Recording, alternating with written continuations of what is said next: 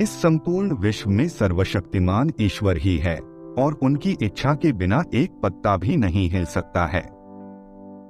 यह बात समय समय पर सिद्ध हो चुकी है कि ईश्वर प्रत्यक्ष रूप से भले ही दिखाई ना दे, लेकिन अप्रत्यक्ष रूप से वह इस संसार के कण कण में बसे हुए हैं। यह बात भी सत्य है कि हम में से कुछ लोग बहुत भाग्यशाली होते हैं क्योंकि उन पर ईश्वर की विशेष कृपा होती है और कुछ ऐसी शक्तियां उनके आसपास हमेशा विद्यमान होती है जो हर समय उन्हें सही मार्ग दिखाती है और हर मुश्किल में उनकी सहायता करती है। यही नहीं, यह ईश्वरीय शक्तियां कुछ ऐसे व्यक्तियों को चुनती है जो खुद भी सही मार्ग पर चले और दूसरे लोगों का भी सही मार्गदर्शन कर सके तथा उनकी सहायता कर सके। लेकिन हमें कैसे पता चल सकता है कि किन व्यक्तियों के पास अलौकिक शक्ति है या कौन से व्यक्तियों पर ईश्वर की कृपा है? तो आपको बता दें कि हमारे प्राचीन ग्रंथों में कुछ ऐसे संकेतों के बारे में बताया गया है जिनसे हम यह समझ सकते हैं कि किन व्यक्तियों पर ईश्वर की कृपा तथा अलौकिक शक्तियां है। तो चलिए जान लेते हैं उन संकेतों के बारे में। पहला संकेत, जिन व्यक्तियों के अंदर काम, क्रोध, ईर्ष्या, मोह माया, लोभ तथा अहंकार जैसी भावनाएं नहीं होती, उन व्यक्तियों पर ईश्वर की विशेष कृपा होती है। ऐसे व्यक्ति व्यभिचार नहीं करते, उन्हें क्रोध नहीं आता या अपने क्रोध पर काबू रखना आता है। ऐसे व्यक्ति अपने मुख से कभी गाली गलौज नहीं करते। ऐसे व्यक्ति अपने मन में ईर्ष्या की भावना ना रखकर दया और प्रेम की भावना से दूसरों से पेश आते हैं।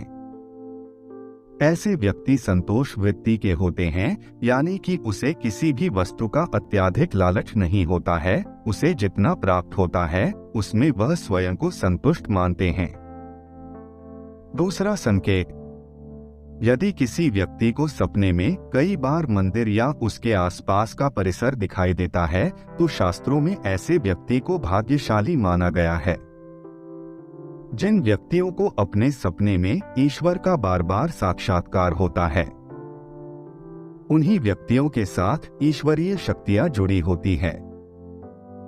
भगवान ऐसे व्यक्तियों को कुछ विशिष्ट संकेत भी दे सकते हैं जिनसे वह व्यक्ति समझ सकता है कि अलौकिक शक्तियां हर कदम पर उसके साथ हैं। तीसरा संकेत, जो व्यक्ति अपने दैनिक कार्य से बचा हुआ समय ईश्वर की भक्ति, आराधना और नामस्मरण में व्यतीत करता है और ईश्वर को सत्य मानते हुए उनकी अनुभूति करने में समर्थ होता है, वास्तव में उस व्यक्ति के आसपास एक ईश्वरीय शक्तियों का पवित्र घेरा होता है जिसके कारण उसे ईश्वर का आभास होता रहता है। चौथा संकेत, जो व्यक्ति समाज के प्रति अपना दायित्व समझते हुए सद्कार्य और पुण्य के काम करते हैं तथा मुसीबत में फंसे लोगों व गरीब और लाचार व्यक्तियों की यथासंभव सहायता करते हैं। आपदा और विपदा के समय मनुष्य तथा पशु पक्षियों की हर तरह से सहायता करते हैं तथा वृद्ध, असहाय और अपंग लोगों की समर्पित भाव से सेवा करना अपना कर्तव्य समझते हैं। ऐसे व्यक्ति वास्तव में समाज के लिए उदाहरण सिद्ध होते हैं, लेकिन आपको यह बता दें कि हर कोई व्यक्ति यह काम नहीं करता है। यह काम केवल वही व्यक्ति करते हैं जिस व्यक्ति के ऊपर भगवान की विशेष कृपा होती है, तभी उस व्यक्ति के अंदर ही ऐसे गुण उत्पन्न होते हैं। ऐसे व्यक्ति अंत में मोक्ष प्राप्त कर लेते हैं। पांचवा संकेत, ईश्वरीय कृपा प्राप्त व्यक्तियों में एक अनोखी शक्ति भी होती है और वह शक्ति है पूर्वाभास। पूर्वाभास यानी कि भविष्य में होने वाली कुछ विशेष घटनाओं का पहले ही आभास हो जाना। अगर आपको भी भविष्य में होने वाली कोई दुर्घटना या कोई अच्छी घटना के बारे में पहले ही अंदाजा लग जाता है तो आपके ऊपर भगवान की विशेष कृपा है।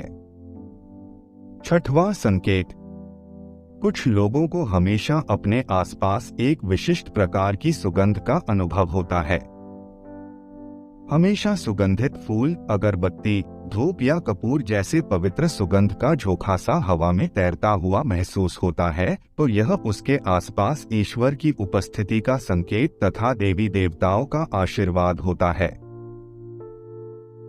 सातवां संकेत, ईश्वर का समय यानी कि ब्रह्मा मुहूर्त सुबह 3:30 से लेकर 5:30 या 6 बजे तक का समय होता है।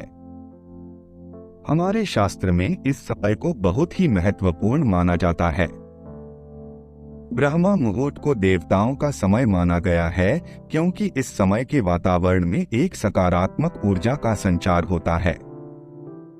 यदि किसी व्यक्ति की नींद प्रतिदिन ब्रह्मा मुहूर्त में अपने आप ही खुल जाती है और वह व्यक्ति अपने अत्यंत प्रसन्न चित्त से अपने नित्य कर्म से निवृत्त होकर ईश्वर की आराधना करता है और उगते हुए सूर्य को अर्घ्य देता है, तो ऐसा व्यक्ति निश्चित रूप से ईश्वर की इच्छा के अनुसार ही ऐसा करता है। उसे ऐसा करने के लिए ईश्वरीय शक्तियां प्रवृत्त करती है, यानी कि ऐसे व्यक्ति पर भगवान की कृपा बनी हुई है।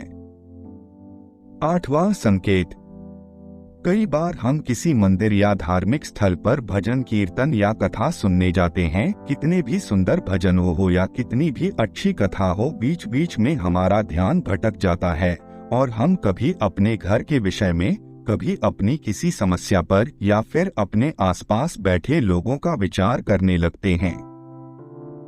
लेकिन कुछ लोग ऐसे होते हैं जो भजन कीर्तन या कथा सुनने में इतने लीन हो जाते हैं कि उन्हें किसी बात का होश नहीं रह जाता। उन्हें बस अपने आसपास पवित्रता का एहसास होता है और बहुत ही शुभ ध्वनियां सुनाई देती हैं।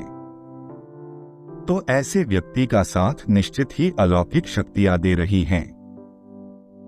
नौवां संकेत, जो व्यक्ति ईश्वर के चरणों में ही परम आनंद की अनुभूति करता है और ईश्वर भक्ति को ही वास्तविक आनंद मानता है, ऐसा व्यक्ति न तो कभी दुखी रह सकता है और न ही किसी को दुख दे सकता है।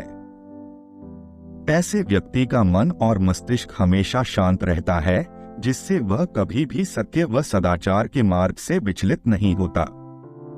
यह उसे ईश्वर से मिला एक विशेष आशीर्वाद होता है, जिससे वह समाज में हमेशा मान और सम्मान प्राप्त करते हैं।